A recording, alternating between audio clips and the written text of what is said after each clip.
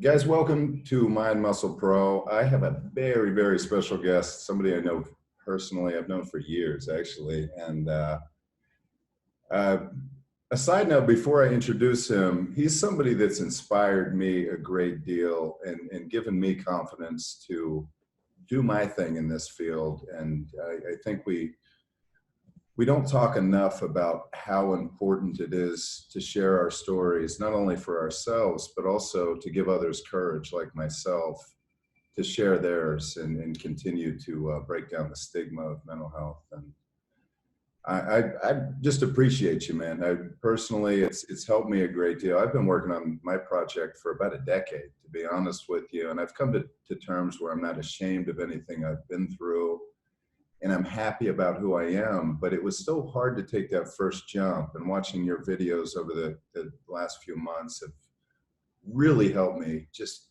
get into this thing, man. And I appreciate you, man. Everybody, this is HB. I'm gonna let you tell your story, man. Tell Hey, us what brought you to this place in your life and what you're doing to help others, man. Because you've helped me a great deal, man. You do on a daily basis. So I'm just gonna let thanks, you man. go with it, man. Appreciate it. First and foremost, thanks for having me. I'm honored. I've been knowing you for years, and my struggles, I was kind of scared to really talk about it, like to everyone. And plus, I was scared to like face it myself. But it That's started probably when I was in high school, just starting out of high school. I had a sister who passed from brain cancer, and she was 3. I was about like what, 14, 15. And during that time with brain cancer, like, well, with cancer in general, I was only taught like if you smoke cigarettes, like you can get cancer, right? Like nobody never really sat down and explained to me like, hey, something that anybody can get at any moment. And I was affected by it because, well, she was 3 and she didn't really get a chance to live her life. Unfortunately, she had died, right? She was doing the chemo and everything, and it was like doing good. And then one month later, like it went really sour. Not even a month, probably like a few months later, it just went sour. And so I was depressed, right? Because I'm starting school with the new people, not really knowing anybody, and not really knowing how to express myself. Because as a child, I was taught to hide my emotions, right? Like hide your pain, hide how you feel. And people next to me, they knew something was wrong, but they didn't, like, my friends, they didn't know how to, hey, are you okay? Is everything good? They didn't know how to express themselves. They was going through their own trauma. And being from the Bronx and being in that, like that rugged environment, to say the least, um, it was like a day to day, like, I'm always watching over my shoulders. So it was a lot. It was a lot going for me. And I remember just like going to school and just being numb, right? And being numb in a sense, like I was physically there, but mentally, man, my grades was like a 55, a F, whatever you want to call it. It was the worst of the worst because I was channeled out. And I had a conversation with my grandmother, and she told me about depression. She was like, you need to snap out of it. She told me a story about herself, about how she didn't get a chance to like graduate in high school. Like she was forced to leave school at an early age to get a job. So I was like, hey, it meant a lot to her to see me with my diploma and all that. So I was in school 24/7, man. And it felt like night school, day school, summer school to catch up to graduate on time, which great. Thankfully I did. Um, but I was still like hiding my emotions. I didn't understand life. So I had a traumatic situation where I was in the middle of a shootout after I graduated, and, coming home from work and being chased down by 2 people with a gun that I had nothing to do with, but I was just in that environment. Yeah, they was chasing me in the staircase. They was trying to. It was about money, and one person threatened to kill the other. So they figured, if you're gonna kill me, I'm gonna kill you. And I was just in the crossfire of it. Thankfully, I lost both of them in 2 staircases that I have in my apartment, and I was just affected by that. It was just trauma. So I decided to get up and leave. During the time I had a girlfriend who was out in Tampa, and she was like, hey, I'm going to this school, USF. If you need a new life, hey, check it out. Let's see how you feel about it. So I did Oh, that. that's some And culture shock going from the Bronx to Tampa. That's a yeah. I loved it because it was the first time ever like I can come home to my apartment and not really look over my shoulders as much, right? Like I didn't have to worry about wearing the right colors. I didn't have to worry about understanding the certain lingos. Like, okay, it's like something crazy is about to happen. Let me run home. Like it was just like, oh, hey, I got a parking spot in my in my complex, and I could just go home, you know. Um, so it was cool on that. But then like me leaving, I thought that I left all my problems behind, right? All Right. the childhood traumas, but nobody explains to you when you're 18, 19, 20 that your problems comes with you. Absolutely. Um, so like, yeah, so you know, living that like college life. I wasn't really in college yet, but I was hanging out with all my college friends. We're partying and drinking, and I'm drinking heavy, man, because it was like, oh, all right, cool. I guess this is what we do now, right? And but when I got home, the demons that I was facing that was in the Bronx was still coming with me, right? And I didn't know how to address them. I didn't know what was going on, and I didn't like it, right? Like I was just one moment I'm happy, then like when I'm home, I'm mad, I'm angry, I want to fight, you know, I want to cry, all these emotions, and I think about the scenes that was replaying in my head as like you know when I was a teenager, and it was just like man, it affected me a lot. So when I went to a dark place for a while, and I had to stop. I had to stop drinking. It was like, yo, let me stop because I think this drinking thing is triggering it. So I stopped for like a few months, and then I was pretty much good. And then I decided to go to school and graduate. Right, like I went to school, didn't tell my family. I was just like, yo, I'm gonna go to school. I want to get this degree in recording arts because I love music, I love hip hop and all that, and I wanted to produce. And so I did that. I told no one, and then I graduated. Right, and as I graduate, I'm getting ready to graduate. I tell my family, like, hey, look, man, like, mom, dad, can you come out here? I'm about to walk. Like, you know, this is a big moment because of my situation in high school. I never walked. So like they pretty much like shipped me my diploma because like I was so far behind that I was playing catch up, and the graduation that was gonna happen was like in summer school. And I did so good that it was like, hey, you can't graduate in summer school because you're not technically here. We're just gonna mail it to you. So this was like my moment of like, this is my championship, ladies and gentlemen. I feel like The Rock. I feel like Stone Yes. Cold. You know, like I feel like the champion of the world, right? Love. And so I reached out to my parents. I was like, hey, can you come down? This means a lot. You guys haven't came down here since I've been in Tampa, and I almost been down here for like over a decade. And they was just like, oh, well, you know, we can't make it. I'm like, oh, okay, well, if it's money, I'll empty out my whole damn checking account. I don't care if it's like negative 19,000. Like, you know, this moment is more valuable than anything. Um, but they didn't make it. And so like my girlfriend, during the time we was like separated, you know, like hurt people. Me being in a dark place, I broke up with her, but we were still like in touch. So she was like, look, I know this is the biggest moment of your life. I want to make it to your graduation. And then I had my other good friend who I love. He's like my little brother, Julio. He came as well. And he was like, yo, man, this is your biggest moment. I can't miss it. I want to come. Like, even though they was there and they was my support system, it wasn't the same. Like, you know, not the knock down, but it was like, damn, I really wanted this family moment because I never Of had course, this man. family You're moment. proud of yourself. Yeah, absolutely. Yeah, you know. But seeing my classmates, their friends coming from like Minnesota, coming from like Baltimore, coming from pretty much all over the world, to see them, well, all of the US to see them walk and graduate, it tricked something. Like it triggered me to going into a dark place. And I was still depressed, like even though like I wasn't showing it. About a year later, like all the anger and the rage and the emotions was just I couldn't suppress it anymore.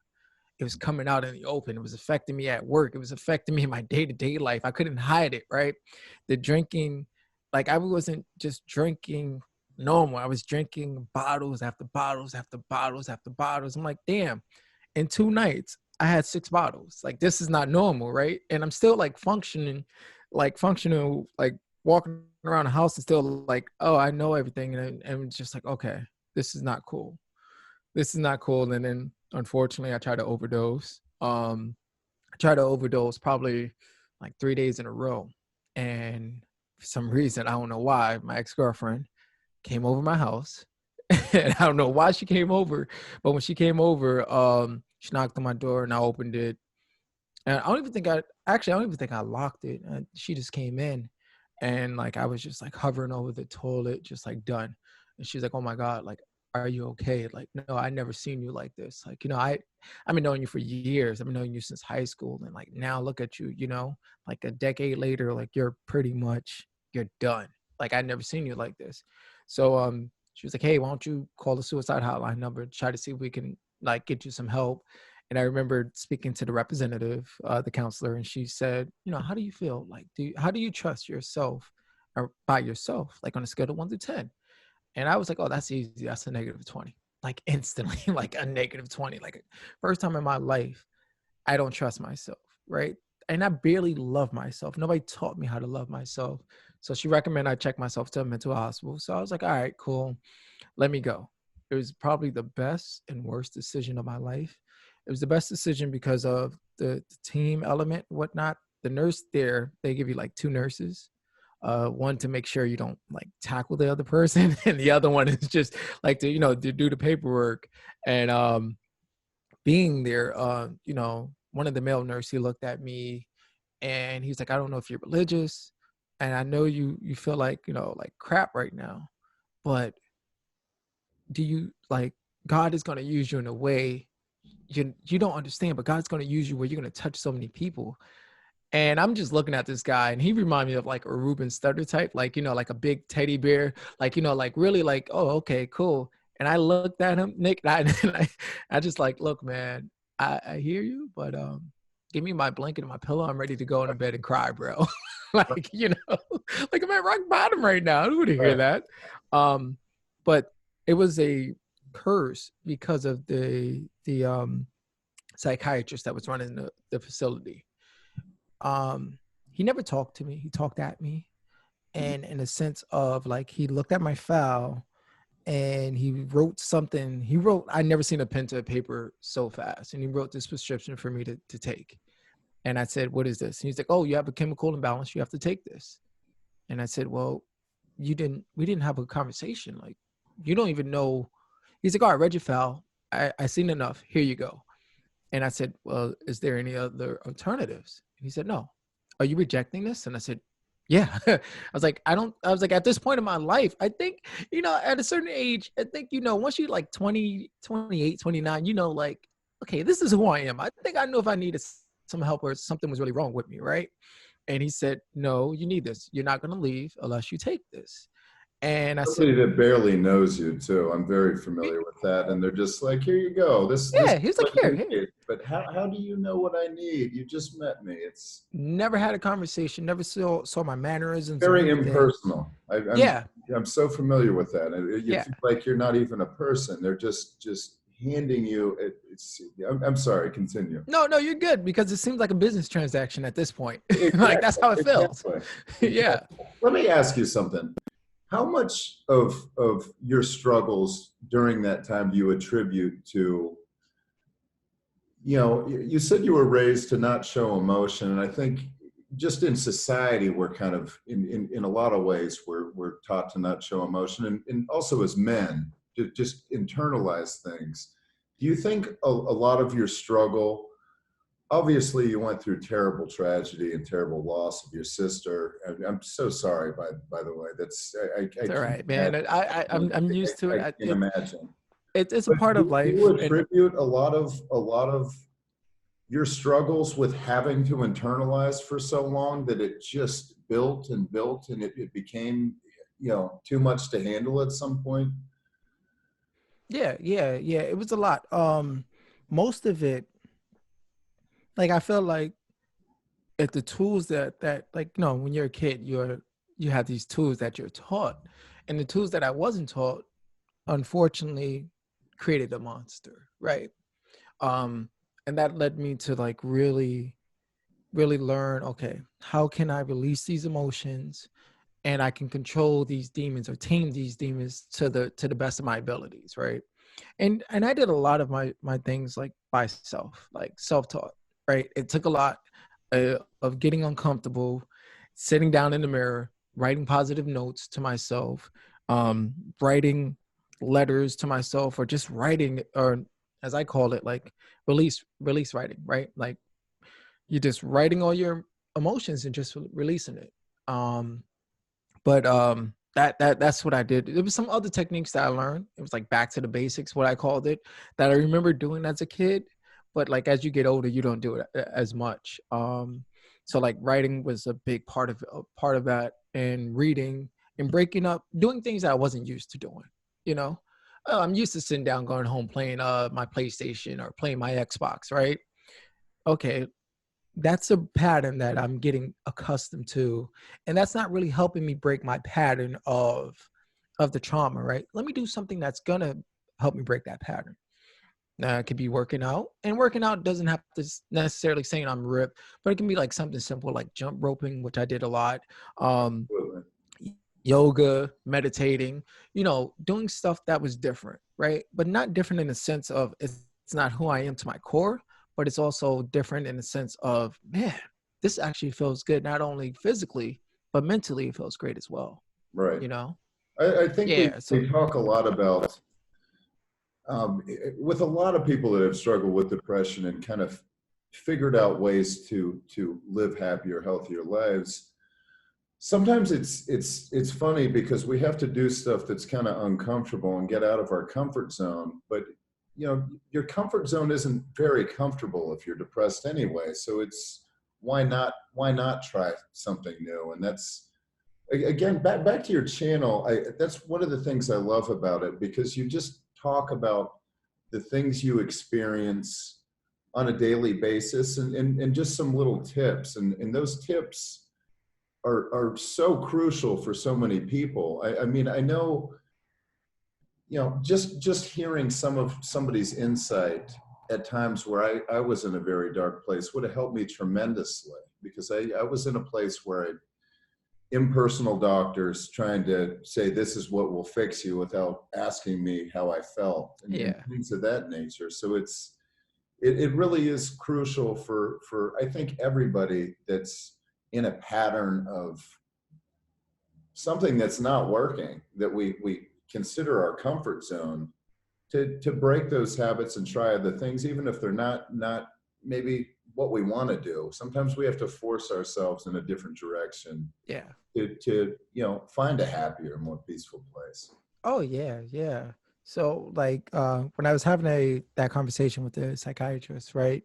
He was he was a jerk to say the least. I'm not gonna bash him, but he wasn't the best. And so he got mad that I challenged him. He was like, "You're the first person to ever challenge me here."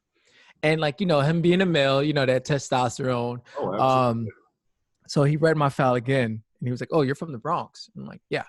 And he's like, "Oh, do you understand these verbiage that I'm using?" I'm like, "Excuse me?" Wow. And Oh, he was like, "Yeah." So I got it, right? Because like obviously we're in his office and he has like two cameras, like one facing his desk and like one where the patient's at, right? So he's insulting me to try to trigger some sort of emotion so I can show some absolutely. sort of rage. And okay, see, he needs this. See, he does have a chemical imbalance. And being from the Bronx, bro, I heard it all. Like I heard it all. Like if you're gonna insult me, at least start about like, yo, your mom's this something, right? Like don't talk about me, talk about my mom's. That's like trigger me. Right. So like I was like, okay, cool. If you want to play that game, I'm not gonna play that game. Because like when I first got there, I saw a patient who had like obviously a chemical imbalance. She tackled a 6'4" guard, and she was like, "I'm hungry." So I was like, "Oh, okay." And she was only like 5'3", and it was like, "Oh, okay." Like all right, well, this is the type of place, and that's what he wanted, right? He wanted to show that chemical imbalance, to put me in that jacket and put me in a room.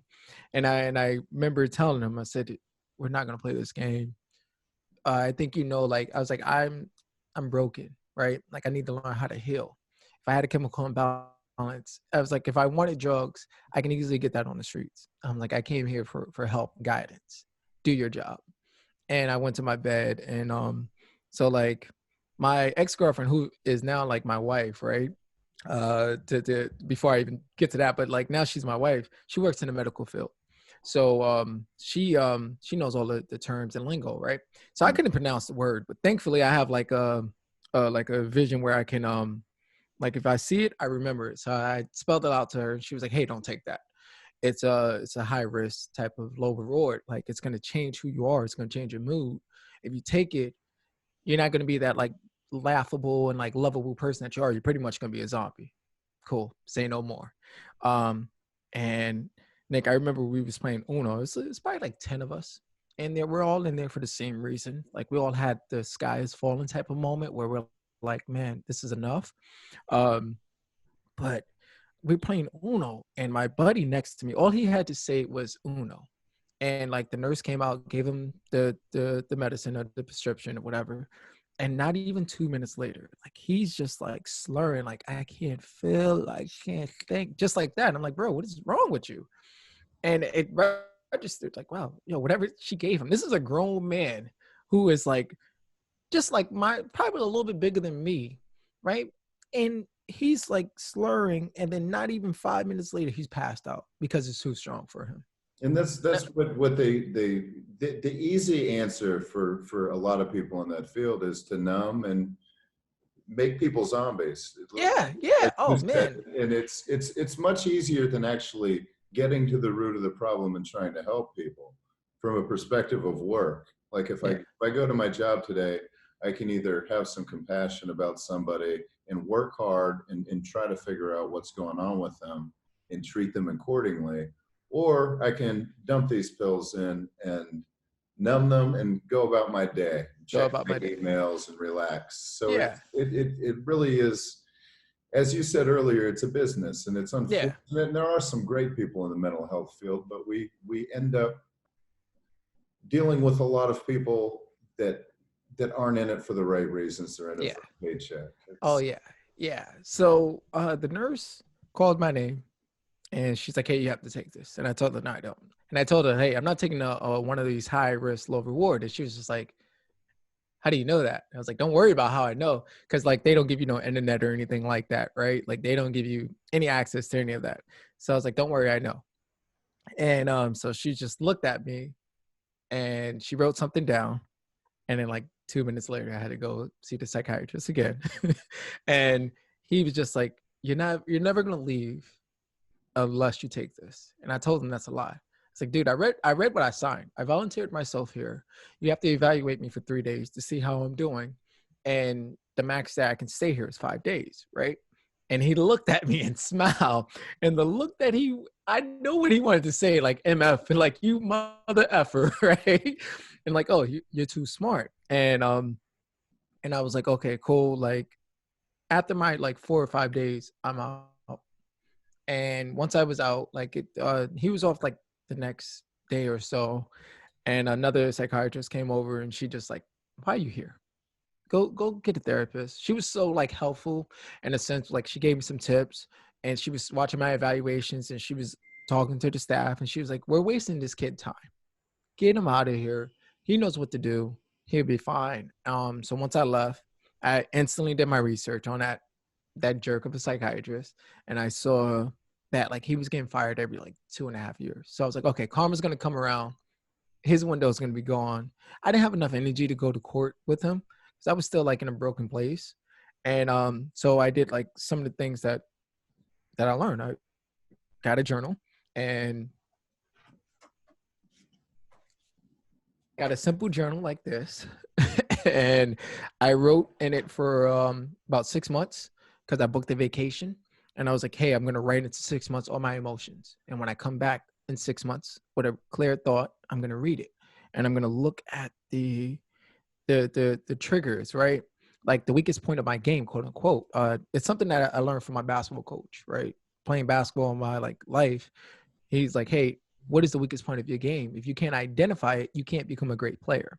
So I took that mindset into the journal. It's like, okay, let me write down everything. And then when I come back and I read it, I can see the weakest points of my game. And I realize it's my foundation, right? It was weak. I didn't really have a foundation. No one taught me a foundation. I thought I had one, but this is rock bottom. And okay, let me start all over. The triggers is my parents, not having a relationship with them. The trigger is drinking. So let me tone that. Actually, let me just stop that. Another trigger was of not learning how to love myself, right? Because nobody taught me how to love myself. You hear, hey, self love. And it's like, okay, but how does one love self?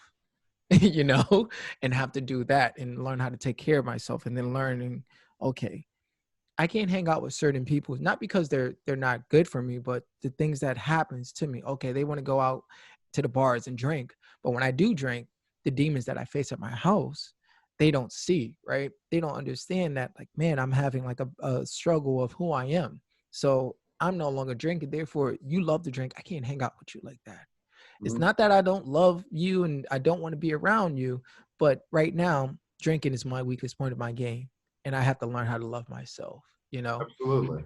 And doing that, um, and then having that uncomfortable conversation, like, you know, with my parents, going up to the Bronx and talking to them and like, hey, because of you, I tried to kill myself. It wasn't a great conversation, but at this point in my life, I didn't care. I felt like I had my power. I got my power back, right? Because I didn't have any power. And I finally had a voice where nobody was listening to me as a teenager on really how I felt. And now, as an adult, I'm man enough to, hey, look, dad, sit down. This is how I feel. I don't care if you're mad. This is how I felt. Hey, mom, sit down. This is how I felt. I don't care if you don't like it, but this is how I felt. Now I'm at a point in my life where it's like, I'm trying to do better. Either you're going to come with me or you're going to stay right here. And I'm okay with that, because at the end of the day, I got to do this for myself. The generational curse or that generational pain that's being passed on stops here. So when I do have kids, they don't they don't have that pain. They won't experience that trauma. So when I do get married, my wife don't experience that trauma. So it was bigger than me, because I was thinking more about the future, right? I was just tired of being tired to say. Absolutely. Absolutely. And I love that you used a journal and looked back on it when you were in a different headspace too. That's such a great idea, and I think other people could definitely benefit from that. Man, I have to say it one more time. I appreciate you so much for doing this with us, Oh, and anytime, man. not only your contribution to me personally, because you've helped me a lot personally, and I mean that genuinely, and I appreciate you. But what you're doing for the community in regards to mental health as a whole is beautiful, man, and we Thanks, appreciate man. you. Can you tell us how we can, basically what we do here at Mind Muscle Pro is we connect people with people that can help them, whether it be through activities or through things like what you do. Can you tell us what exactly you do and how people can follow you and see what you do? Oh yeah, yeah. So real fast, like a year ago, I became an advocate. I took like 4 years off of social media, and when I decided to come back, I was trying to like learn how to get into the mental health, or maybe I can share other people comments or like pictures or quotes or whatever. And I couldn't find anybody really, like really couldn't find any guys. There's always like a older white woman that was really talking about it. Giant amount. It's wild. I'm finding that myself, that it's Yeah, right. So it was a lot like, of women oh, and a lot of older people. a lot of older people. And I was like, okay, well, I was like, well, I guess I'll do it. And I was like, well, let me learn how to speak right in front of the camera, because I never done it before. And I looked up Eric Thomas, right? He's like ranked #1 in the world, motivation speaker. And I studied him, not in the sense of like needing motivation, but how to talk in front of the camera. And studied him for 10 months. And then I found him. And then I met him and had conversations with him in his camp. And I was just like, okay, if I can do this in 10 months, I'm gonna go change. I'm gonna try to do this in a year, right? Like let me see what I can do for myself in a year. And like pretty much fast forward a year later, here you and I go, right? Like, really becoming an advocate, and now I'm becoming a coach, right? Because I was like, oh, I can always speak and tell my story, but I think you know who I am to my core. I love to help. I'm a helper, right? I love to help people. Always. That's And another thing I'd like to say real quick, everybody. I think we tend to assume things about people. I've known this guy for a long time. He's just such a nice person and always trying to help others. And it's funny because we don't always see depression. We don't always see struggle. A lot of times it's completely the opposite. Like with HB here, super, super just outgoing and friendly and nice and optimistic, but we don't know what people are going through. We have no idea, and you're a perfect example of that, because all you do is try to help people, and you've had your own struggles internally that you didn't let people see, and now that you've let them see that, you're also continuing to help people, which is just you, man. It's Yeah, man. beautiful. Thanks, man. So I decided to become a coach, right? Like a mental health coach, and help people out to the most, to the extent, because I know how it is. Like when I was struggling, like I had to stumble on these tools to learn about depression. Now I'm like, oh well, let me help people out. And that led to me reading over about 120 books in like a year, because I was like, okay, if I'm gonna help somebody, let me really help them and let me be the best version of myself. So I can identify their struggles and how can I, okay, not, hey, this plan may not work. Let's try this one out, in the sense of Right. that. And now it's been great, man. It's been great. People have been wanting to work with me for a while, and I had no idea, right? And he was like, oh, I didn't know you was a coach type of thing. And I was like, yeah, yeah. I was like, I guess, yeah, you could say it. And now I'm like being comfortable and assisting them and coming up with like programs for them and whatnot. But if anybody ever want to like reach out and find me, you could find me on all social media platforms at HB MACK, HB Mack. And then my website is hbmack.net. HBMACK.net. And then from there you can check out the website. And also I have a podcast called the Just Believe Podcast that just came out.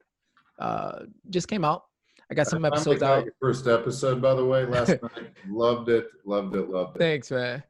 Thanks, man. Also, we're gonna on the Mind Muscle Pro page, we're gonna highlight your stuff. So if you can also go on our page and you'll be able to see everything you do. We're gonna highlight your episode. I appreciate it. So it'll be easy access in that way too. Yeah. Uh, Real quick, man, before we cut this short, Told you, I'm open mic, man. Whatever you have to ask. dude, I just once again want to say thank you, and also tell you that we really hope to have you on our program again sometime, man. We thank you so much for joining us, and we hope you'll continue to inspire us and help us with our project too, even though you get all kinds of stuff going on, man. And I don't know, man. I want to talk to you more in the future, man. You've helped. Yeah, whatever, man. There's so many layers to it. Like to my story, it's a lot that people don't know about that I struggled with. But now being like strong enough to talk about it, and like, okay, cool. Like these are no longer triggers. This is just the struggle that I was going with is part of my story, and I'm gonna embrace my story. Like, I embrace my vulnerability of sharing my stories. People And may laugh. it helps people so much with life of myself again, with the courage to talk about my story and talk about my struggles, and it just continues to reach people by reaching people. So it just has that effect of spreading through every person that you reach. And I'm just it's been great having you on here. This is a very personal episode for me, man, because we've sat down and talked to so many people that I don't know personally, so which is amazing too. It's great to get to know somebody, but to have somebody that I've known for years and that I think a lot of, it's been great, man. So thank you so much for joining. Thanks for having me, man. This been dope, man. Anytime you need me, you let me know. I always make room for you. I'm gonna take you up on that, man. Yeah, anytime you need me, man. You let me know. Even if you're in a pinch, man, I'll try to make room for you, bro. Much appreciated, HB. I'll talk to you soon, man. All right, man.